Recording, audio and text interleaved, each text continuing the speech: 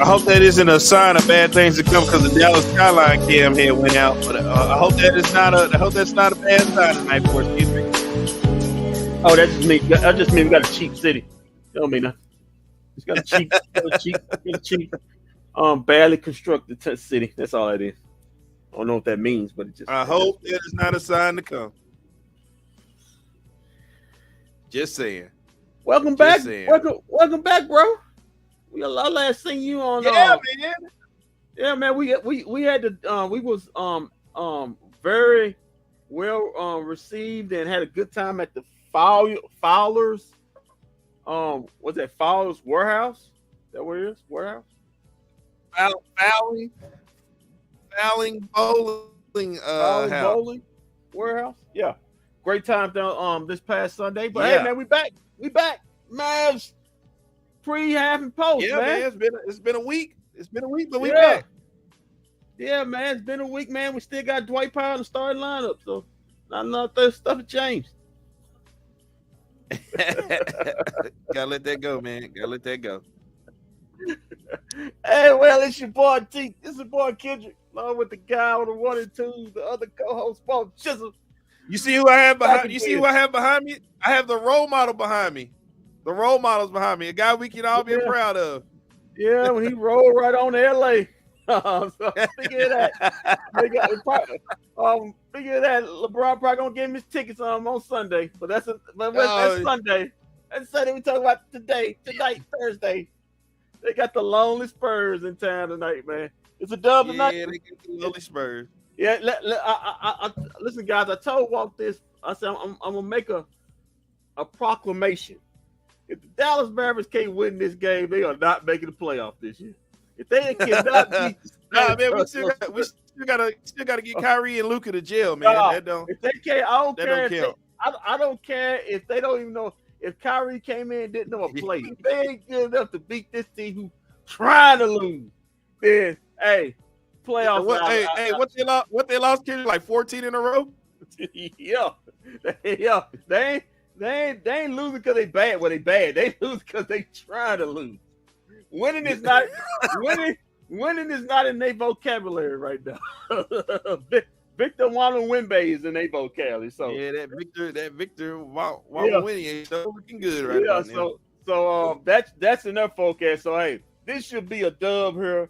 Mavs 31-29, 6th in the West, facing those Spurs who lost like 14 straight. The 14th in the West. Man, speaking of 14, the Mavs are favored by 14 tonight. Referees tonight are Rodney Mott, Carl Lane, and Robert Hussey. Starting lineups is Luka, Kyrie, Tim Hardaway Jr., Josh Green, and Dwight Powell. For the Spurs, how can you not get excited? How can you not get excited about a lineup like that? It's easy, especially when you get past Kyrie. Speaking of night, what you said about Luka? Nah, I said when you get past Kyrie, Luka, I said first, and then I said Kyrie. Once I get past Luka and Kyrie, yeah. Speaking of getting undesirables, Malik for the Spurs, Malika Braham, Keita Bates-Diop, Keldon Johnson, that's a pretty good player. Jeremy Sokan, the dude with the crazy hair. The guy that cost me the March Madness tournament last year because he was decided to foul at the last minute. Oh God, here we go. And speaking of recreation projects, what this guy's on his 8th team, the Zach Collins. Yeah, that's screw up. On the injury report, as we all know, Maxi Kleber still out with a hamstring. Davis Bertans out with a calf. For the Spurs, David Vassal's out. Trey Jones doubtful. Romeo Langford is out. Kim Birch is out. And that's all is out for the Spurs. To about the summary, Dallas comes out of the break, 6th in the West, 2-3 since the Kyrie trade. But things are on the up. Recently buyout acquisition, Justin Holiday should provide much defensive help, along with Maxey, who the Mavs say is near back. Also, the schedule should play a part as the Mavs have the easiest remaining schedule in the league coming out of the All-Star break. Starting with the Spurs, who they have 2 more games with them in these last 22. So the Mavs have to take advantage with the new have to take advantage with the new look Lakers on Sunday, another below 500 team, and a 6-game homestand. This is a must-win game to move up, but stay out of the play-in game at the same, and getting the Luka and Kyrie duo their first win together. Yeah, because they don't have one yet.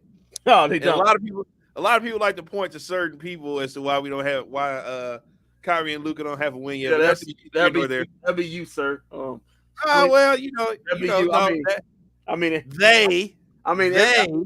like the Beatles had their Yoko Ono, the Mavs have their Walt Chisholm.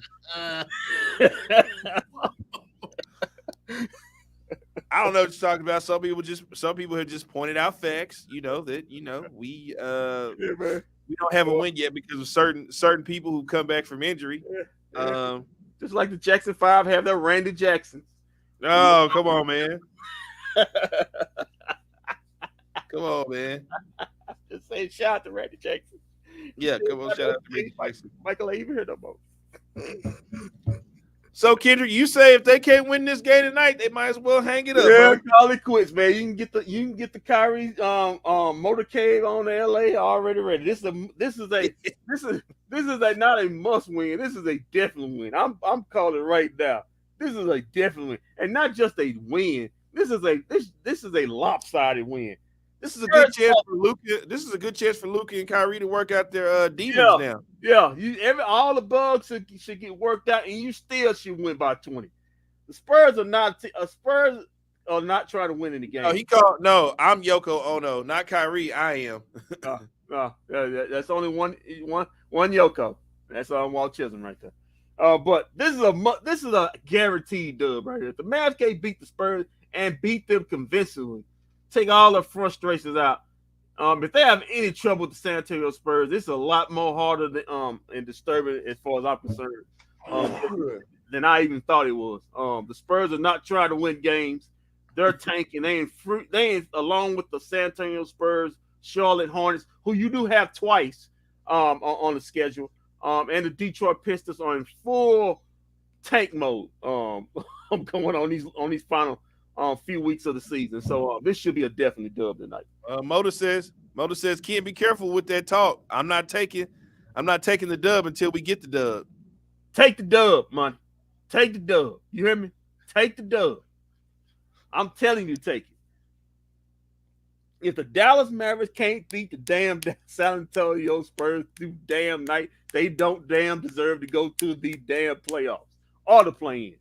That's no. It's a fail. It's a fail. No, That is fair. This is a must win. I can see if it was the 76ers or the Lakers or anybody else on the schedule, but this is a team in full flame take mode. Let's blow them out. Shouldn't be no excuse. Blow them out. Blow them out. Yeah, boy, you're rested. Hey, they got no excuse. You're at home. You're full rested. Not apparent to Luka. I mean, he's been over in Cancun. Well, depending on what kind of rest he was getting, but well, apparently he was at him and his old lady was at Joker's birthday party. Hey, man, get a little sunshine, a little rest, but all the guys should be rested, man. Should be ready to go. Should be no excuses. We're doing a redub on Kyrie's home duo. I mean home opener. We're forgetting about the Minnesota thing. We're doing a redub. A redo. Well, I mean, the first time Kyrie put on a Maverick uniform, he won a game. So I mean, it's not like it's his fault. But mark it down. Kyrie and Luka both tonight get 40. I'm just saying it's not like it was his fault that they haven't gotten a win yet, because when he was by himself, I mean, like day one or his first day on the court, like he kind of like came in and like he got 2 wins. Yeah, he beat the Clippers, the hot Clippers, and the hot Sacramento Kings by himself. Okay, Randy. Let's see this damn post game show. I gotta do 22 more times of this. Maybe I'll predict the Mavs here. So Kyrie was lighting up out there before despite the Luka hater on my left. Oh, there's no Luka hate. I'm just saying. Full-fledged failure on Luka so he could trade him up. No. There's no Luka hate. All right. When me and Luka take our talents to LA or take our talents to Denver or wherever Luka decides to go, you will miss us. You will rule the day. Rule the day. Me and Luka have plans to go to No, you can't. No, he ain't your Luka. He's my Luka. He ain't your Luka. He's my Luka. You talk too bad about my Luka. That's my Luka. That's not your Luka. That's my Luka. I have not done such. Yeah. The division is so sweet. It's so right there. Come on, man. But anyway, despite all that, dang man. I'm guessing. With all that being said, I'm guessing you're taking the Mavericks tonight. The Mavericks, listen. Now the Mavericks get the win. They get the blowout win. They look great tonight. I'm not saying Sunday. They look great tonight against a team that's not interested in winning a ball game. If the Spurs will lose every ball game, trust me, they will be fine with it. I expect Greg Popovich to get thrown out at least 10 more games on this in his final 22 games he has this season. No, he's not doing that. I mean, he's going up and hugging other teams' players at the end of the game. Yeah, he's not. He is not. He don't. You know, right? He don't give a crap. So come on, man. You got a team that really don't care. So go ahead and get the win. Get the blowout win tonight.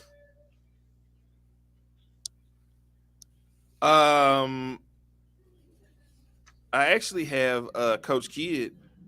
You want to go to him real quick? Yeah, let's go to Coach. Let her hear what Coach got to say. Good man. Hear what Coach Kidd had to say about tonight's matchup and being back. What did he back do for the first time since the All-Star break? Did he go to Cancun with Hookah Luka? Oh, I'm sorry, it's LeBron's thing. Let's see what let's see. Come on, man, don't do that. I'll just say.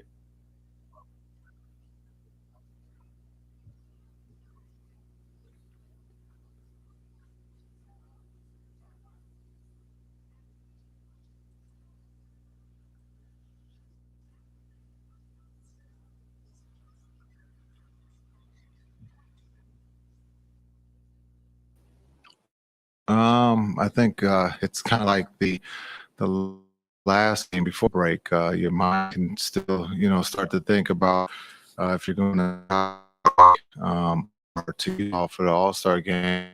You still have, a job to do, and then you can still mentally be in one of those nice places. So I thought the group did a really good job with practice yesterday. Energy.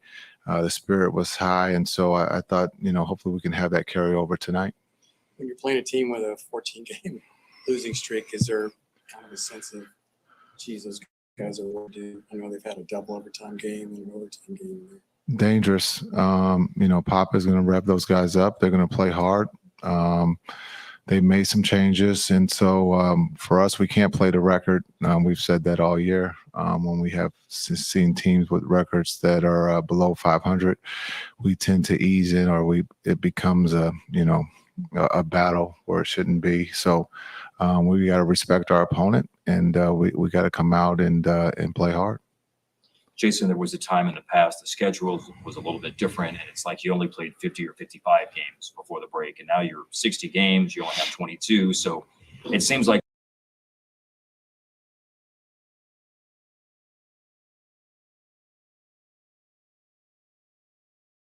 that you're under some degree of duress in terms of the stretch drive, if you will, and you're trying to incorporate a new player still into the mix, and you've got the standings to concern yourself with. There's a lot on your plate, it looks like, coming out of the break if you look at this entire group of games from now to the end of the season. Is that how you're feeling about it?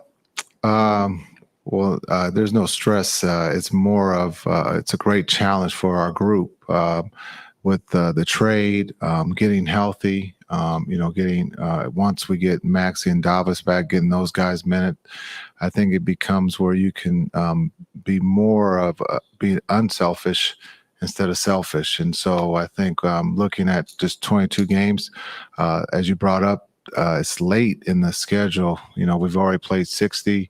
But the big thing for us is we got a nice 6 homestand, which is a little different too. Where you don't play just one at home, go out back on the road. So for us, this is a time to get to know one another, and then get some of those guys back healthy into the rotations. And then we got to build that rotation, going into, the last 15 games. Those guys in the locker room want to know when they're playing. And so there's going to be opportunity to play a 9-man rotation or a 10-man rotation, but the rest of those guys who aren't playing have to be ready just due to foul trouble or injury. And so it's about being unselfish right now, but paying attention to detail, and that's what we've talked about here in the last couple of days. It's a pretty safe bet this summer they're going to put Pop in the Hall of Fame and Tony Parker in the Hall of Fame. You played against one, coached against the other. What are the kind of challenges of both of those endeavors? Yeah, I think when you talk about Pop, it's well overdue. He should have been there a long time ago. But for whatever reason, NBA coaches are last. College coaches go in once they win a national championship. But I think Pop is going to go down as the best coach in the NBA. He's set the bar extremely high, the blueprint of success, not just on the court, but off the court. And then when you look at what he did to help Tony become a Hall of Famer, with the likes of Duncan and Ginobili, it was a special time in San Antonio, and they had the talent and they had the right coach to be successple. What do you remember about Tony, especially as a younger player? I know you played against him in the 2003 finals. Quick. It's funny, Tony, because I used to go under every pick and roll because he was too fast, and then he developed a little pull-up jump shot. And so once he did that, it was kind of unstoppable. And so, just understanding he was a competitor, wanted to win. It was about the team. I think he took coaching the right way. Pop didn't always whisper. And so, Pop got his point across, and Tony took it just like Ginobili and Duncan. That those days are gone, but those guys were pros.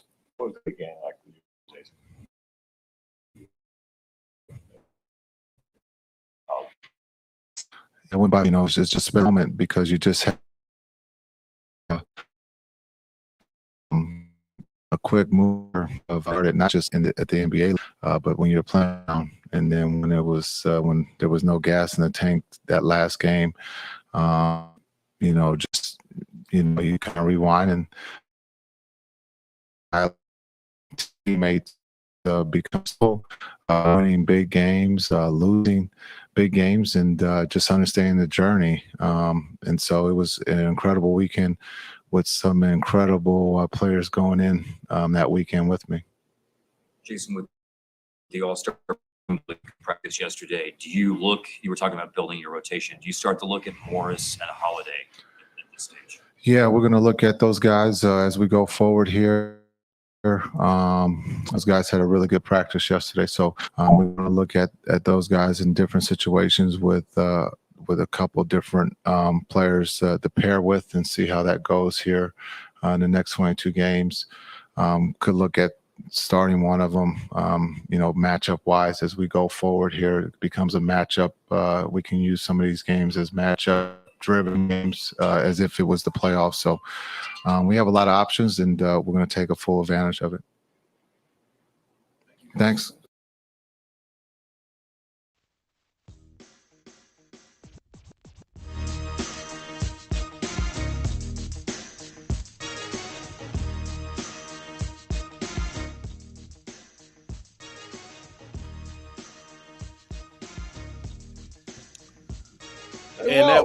And that was Coach Kidd right there. Hey, well, I got a quick update on Maxey.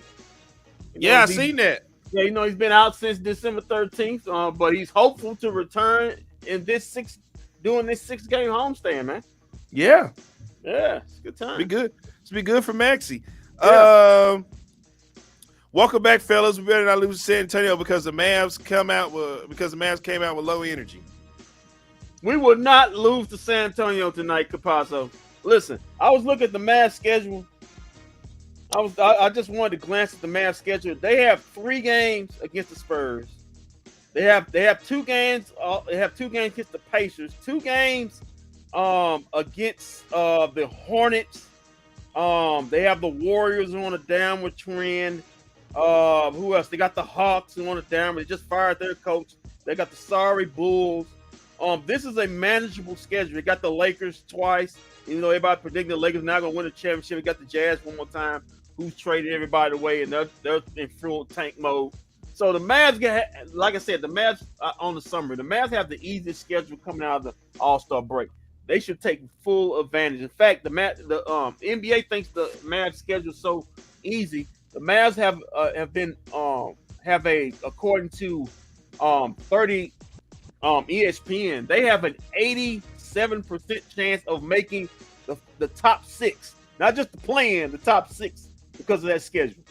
So, well, here's the starting lineup real quick for tonight's game. Yeah, and I do Luka like Doncic. Yeah, Luka, Kyrie, Reggie, Josh Green, and Dwight Powell. I do like hearing what Kid had to say about Holiday and Morris. Because that the lineups going forward is not this, especially this lineup, not going to do them any good. That's too small. You got Maxey coming back. They have to get bigger. Your strong and biggest guy can't be Dwight Powell at the center position. He's got to have help if you're going to start him, because he's not big enough and strong enough to handle physical front lines. So going forward, they're going to have to use Holiday. He's a bigger wing. I think he's like 6'6", 6'7", something like that. Marquise Morris, good 6'8.5".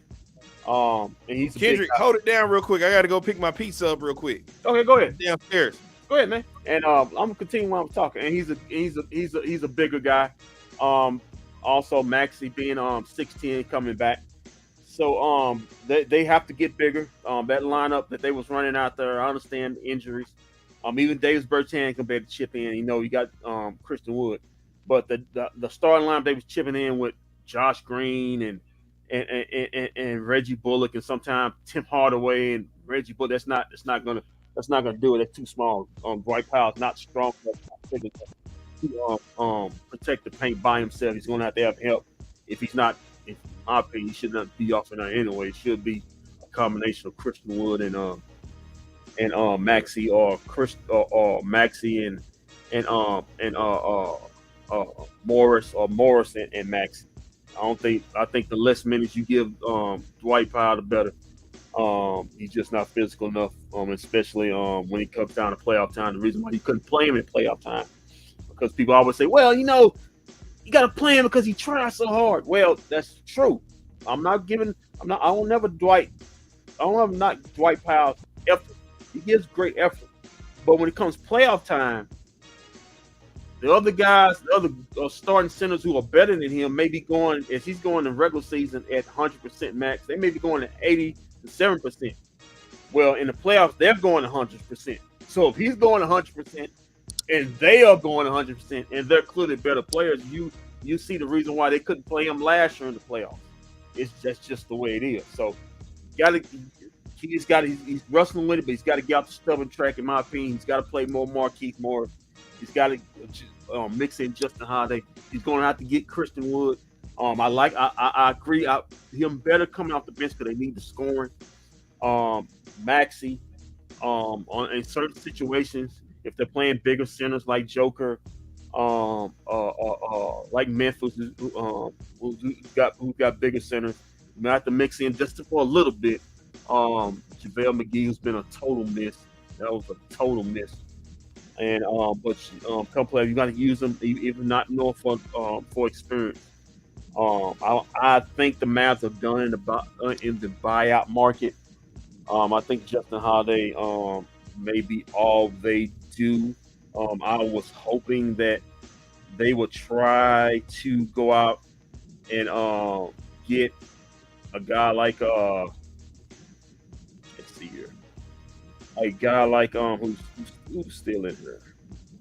Well, Kevin Love went to the Heat, but a guy like let's see the top 3 buyout candidates. A guy like Well, Serge Ibaka, he's got nothing left. If he'd have been bought out. John Wall's got nothing left. He's pretty much shot. But the guy I was looking at, Will Barton. Hey, listen, I love Frank Ntilikina seems like a swell guy. I mean, I guess Cuban really likes him. But let's face facts. Frank Ntilikina can't play basketball really that well. I mean, the one thing he can do is on the defense end, he's not really that good defender. I mean, he's literally the last wing of guard coming off the bench. Wright and Jaden Hardy have more minutes, more playing time than he does. So, hey, release Frank Ntilikina, bring in Will Barton. Let's see what happens. And but that's probably the only thing I can see. Other than that, there's nothing else in the buyout market that are worth entertaining. And there's Walt. As I was talking about, like we talked about before you left, the Mavs playing, getting Maxi back, but needing to play bigger lineups to offset the physicality that they may meet with some front lines going on forward and in the playoffs, and also discussing the buyout market still. No, we're done. Don't shut me down like that, man. We're not buying anybody else. I was having a great conversation right there, Walter, before you shot me down. We're not buying anybody else at this point. What you get? Justin Holiday was last. We should have got Kevin Love. There could be a career-ending injury going on for you. Never know. Yeah, we should have got Kevin Love. Well, he was all interested either going to the Clippers or going to the Heat. From what I was hearing. So well, it looks like so. If I saw correctly, it looks like he's going to the Miami Heat. He's going to the Heat. So good for Kevin Love. Enjoy that first round exit because that's exactly what's going to happen to him. Yeah. But Walt, you already know my stance. So I got the Mavs big. They better win. They should win. What you got? Listen. What we got? We got the Spurs, the Lakers, the Pacers. Easy schedule coming out the break. Who else we got in between that? Easy schedule coming out the break. Let's see. You got the Lakers. You got the Pacers. 76ers. 76ers. That's not an easy one. No, that's going to be a very difficult. It's not an easy one. You got the Suns. Yeah, and then you got the Phoenix Suns on Sunday. KD should be back by then. Then you got the Jazz. Yeah, KD's gonna make his debut next Wednesday. Yeah. So and then you got the Jazz. On Tuesday, March 7th. Then you go on back on. Then you got a back-to-back. That's a back-to-back. You're at the Pelicans. No Zion. He's gonna be out for a couple of more weeks. Then you got the Grizzlies. You got the Grizzlies back-to-back. You're home and home. Then you got home and away. Yeah, home and away. That's right. Back-to-back, home and away. Right, and then when you get to the Spurs and Lakers, for me, it kind of won't matter for me because there'll be a big tournament going on at this point in time. So I'll kind of be checked out. Oh, come on, man. We got it's getting real. Well, we know he's talking about it's getting real, but I'm a March Madness. I am a March Madness guy. He's a March Madness guy. So I am a March Madness guy. Bear with him. He's a March Madness guy. I am a March Madness guy, guys. And last year, this guy, it's funny that we're getting ready to play this Jeremy Sochan guy because this guy here ruined my bracket last year with a dumbass foul in the tournament last year when I had Baylor. I should have never took Baylor to go back to back number one. That was my mistake. That's where I messed up at. But North Carolina put them out last year, didn't? North Carolina put them out tournament last year, didn't? I think so. Okay. So so get ready. I don't know. I was gonna ask Kendrick how he felt about doing a bracket show here in a couple weeks. I don't care. I got to get up to speed because I've been all Mavs, man. I got to get up to speed. I know. Well, you need to start watching. You need to. They're gonna have the bracket show in a couple. we can do a bracket show. Just let me get ready. You know what? Let's see. I was trying to see when is the what's the name? The Final Four. The Final Four is in Houston, actually. Houston. Well, the women's Final Four is in Texas, so everything's in Texas. No, the women's Final Four is here. It's here in Dallas. Okay, so everything's in Texas this year, huh? Okay, March 31st through April 3rd. Okay. I don't think I can give away Mavs tickets. Man, the best time of the tournament is in the first round. That's when we get all the upsets. Yeah, you do, but I got some stuff. I got some stuff I'm gonna try to give away here. I got some stuff I'm gonna try to let people win to. Well, I know one thing. All I know about the tournament right now is Alabama still got they attempted murderer.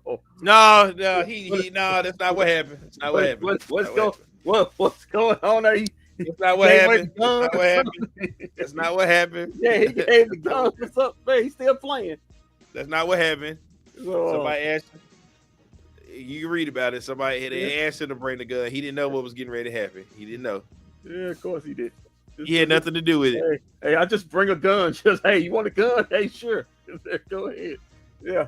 There's nothing suspicious about that. But anyway. All right. Yeah, whatever. All right, man. Look, it's game time. Kendrick, I don't know where Kendrick is going with this right now. I'm just saying, man. Hey. I can't talk to him when he's like. I can't talk to him when he's like. I did used to date a lawyer, so. I'm sorry. You what? I did used to date a lawyer. Oh, what happened? You said used to. What happened? She interrogated you too. She interrogated you too much. She lawyered a little too much on my part.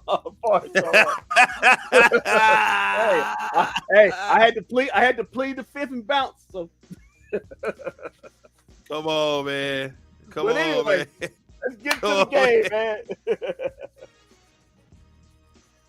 Let's get to the game. Look at that. Moda is like, yes, do a bracket show. Yes, we will do a bracket show. You heard it here first. I am so excited about March Madness. I am looking for redemption from last year, thanks to Jeremy Sochan. But I will get redemption this year. And I will tell you, Purdue's looking really good on my deal this year. I know one thing, Moda. I'm sorry, Shams. Sorry, North Carolina Tar Heels won't be in it. They took another L. Wow. So unless you want to do an NIT bracket for Shams North Carolina Tar Heels. All right, man. We'll see y'all in the halftime. The ceiling is a roof. That's straight. That comes from a guy who went to North Carolina. Yeah.